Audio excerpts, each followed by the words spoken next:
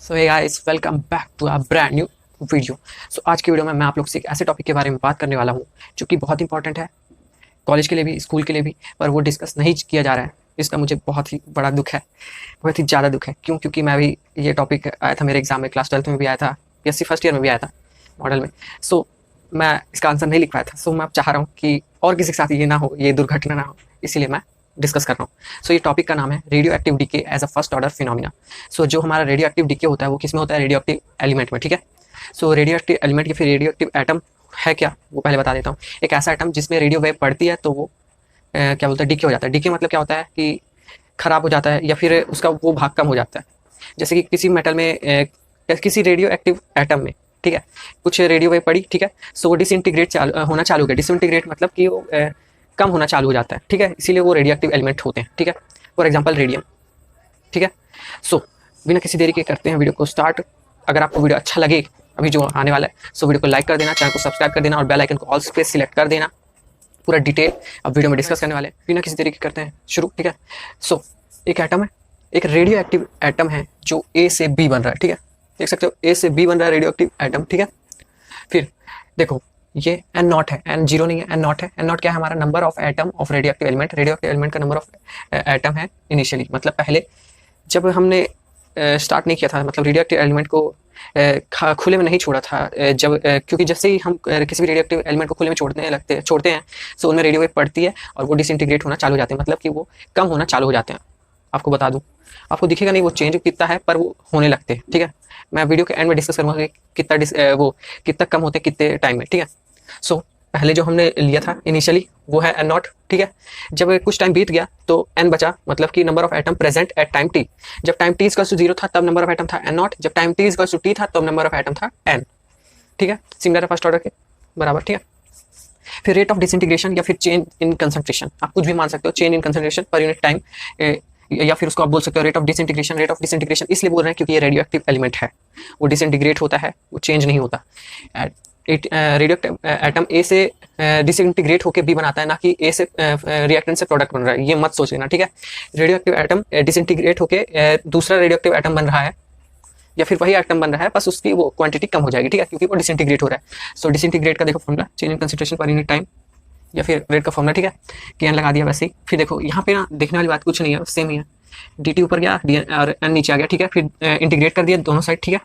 फिर आप देख सकते हो डी एन अपॉन एन होता है हमारा एल एन, जो जिसे हम बोलते हैं नेचुरल लॉग, ठीक है। और डी टी को इंटीग्रेट करते हैं तो के टी आता है और प्लस सी रहता है हमारा इंटीग्रेशन कॉन्स्टेंट, ठीक है। अब आगे बढ़ते हैं, ठीक है। ये हमारा इक्वेशन 2 तक हमने सॉल्व कर लिया। अब उसके बाद दिखाते हैं जब हमने रेडियो एक्टिव एलिमेंट को बाहर नहीं रखा था, जब रेडियो उसमें नहीं पड़ी थी, जब वो डिसइंटीग्रेट होना चालू नहीं हुआ था, तब टाइम टी इक्वल्स टू 0 था हमारे लिए, और एन हमारा number of atom N not था, ठीक है। क्लियर है। सो इसी वैल्यू को हमने इक्वेशन 2 में पुट किया। जैसे ही हमने इक्वेशन 2 में पुट किया, हमारी सी की वैल्यू आ गई, जिसको हमने इक्वेशन 3 दे दिया, ठीक है।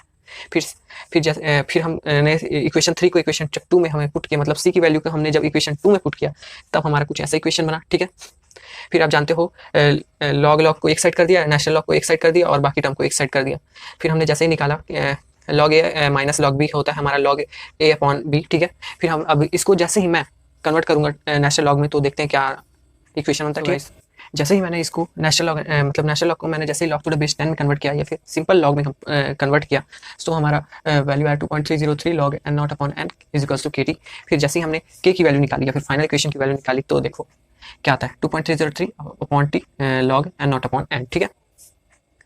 तो अब बात क्या आती है, देखो बात ये आती है, हमारा जो टॉपिक था radio active decay as a first order phenomena. So first order phenomena इसलिए इसको कहा गया है क्योंकि देखो फर्स्ट ऑर्डर का जो हमारा फाइनल इक्वेशन था वो इसके एकदम सेम टू सेम है। उसमें देखो इसमें बस चेंज क्या है, एन नॉट है हमारा जो इनिशियल नंबर ऑफ एटम था, और ए है हमारा यहाँ पे ए ले लिया है बस, और कुछ नहीं है ज़्यादा चेंज। एन है हमारा number of atom at initial, at time T में एन हो गया नंबर ऑफ वो एटम, और यहाँ पे initial concentration of the reactant था ए, और फाइनल कंसंट्रेशन या फिर एट टाइम टी वाला कंसंट्रेशन था ए माइनस एक्स। सो इसीलिए इसको एज फर्स्ट ऑर्डर फिनोमेना इसलिए कहा गया क्योंकि इसका जो फाइनल इक्वेशन आता है वो फर्स्ट ऑर्डर के एकदम सेम रहता है, ठीक है। ये बात हो गई यहाँ पे क्लियर। अब इसके बाद बढ़ते हैं हम इसके बाद हाफ लाइफ टाइम की तरफ, ठीक है। जो अब बात करते हैं हाफ लाइफ टाइम की, ठीक है। सो अब देख सकते हो ये फाइनल इक्वेशन था हमारा, बस चेंज मैंने क्या किया है, टी को ऊपर कर दिया, के को नीचे कर दिया। क्यों किया ऐसा, क्यों किया, क्या मेरे को खुजली मची थी?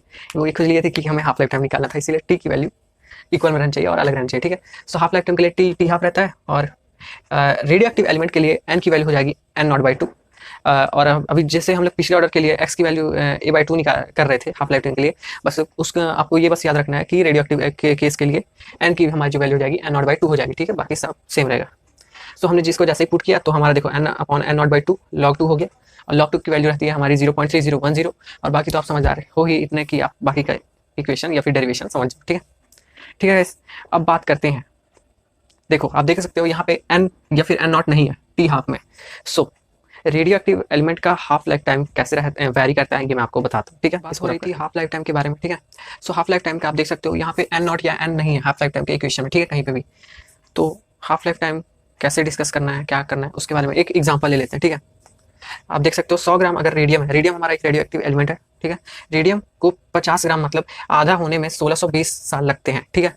अगर आप गूगल में सर्च करोगे तो वो भी यही बताएगा कि रेडियम को डिसइंटीग्रेट होने में कितना, मतलब आधा डिसइंटीग्रेट होने में जितना 100 ग्राम रेडियम को 50 ग्राम होने में 1620 साल लगते हैं, ठीक है। फिर आप सोचोगे ठीक है, तो फिर मतलब कि 16 2 32 3240 में 3240 ईयर में पूरा रेडियम वो हो जाएगा, डिसइंटीग्रेट हो जाएगा, मतलब 0 ग्राम हो जाएगा 100 ग्राम से, ठीक है। पर ऐसा नहीं है। फिर अगर 50 ग्राम से अगर उसको 25 ग्राम होना है तो फिर से उसको 1620 ईयर्स लगेंगे, ठीक है। फिर अगर 25 से 12.5 ग्राम होना है उसको फिर से उसको 1620 ईयर्स लगेंगे। तो ऐसे ही ये साइकिल चलते जाएगी और आप मर के पता नहीं कहाँ चल जाओगे अगर आप देखने बैठोगे तो, ठीक है। सो साइंटिस्ट जो थे हमारे, उन्होंने ये कंक्लूड किया कि किसी भी रेडियो एक्टिव एलिमेंट का टोटल लाइफ निकालना, मतलब टोटल टाइम में निकालना कि वो कितना डिसइंटीग्रेट होता है, कितने टाइम में पूरा मतलब जीरो हो जाता है, वो इन्फिनिटी है। सो इसीलिए किसी भी रेडियो एक्टिव एलिमेंट का टोटल लाइफ टाइम निकालना क्या बोलते हैं, बेवकूफ़ी होगी, क्योंकि आप बच ही नहीं पाओगे। तो इसीलिए उन्होंने इन्फिनिटी वो कर दिया, फाइनलाइज कर दिया, ठीक है, कि इन्फिनिटी टाइम लगेगा किसी भी रेडियो एक्टिव एलिमेंट को पूरा डीके होने में, ठीक है। डीके मतलब डिसइंटीग्रेट होने में।